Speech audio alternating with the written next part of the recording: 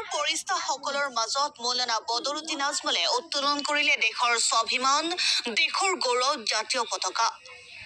এয়া হোজাই জালালিয়া মাদ্ৰাছাৰ এক নান্দনিক দৃশ্য, যি দৃশ্য চাই হয়তো আপুনিও গৌৰৱ অনুভৱ কৰিব। উফ, কি সুন্দৰ দৃষ্টিনন্দন দৃশ্য। ভাল লাগিলে এটি শ্বেয়াৰ কৰি আন 10জনক চোৱাৰ সুবিধা কৰি দিব। আজি ৰাতিপুৱা 8টা বজাত এইদৰে হোজাই জালালিয়া মাদ্ৰাছাত জাতীয় পতাকা উত্তোলন কৰি হাজাৰ হাজাৰ আলিম উলামাই প্ৰথমে জালালিয়া মাদ্ৰাছাৰ ছাত্ৰৰ কণ্ঠত এটি দেশভক্তিমূলক গীত শুনাই ল'ব বিচাৰিছো।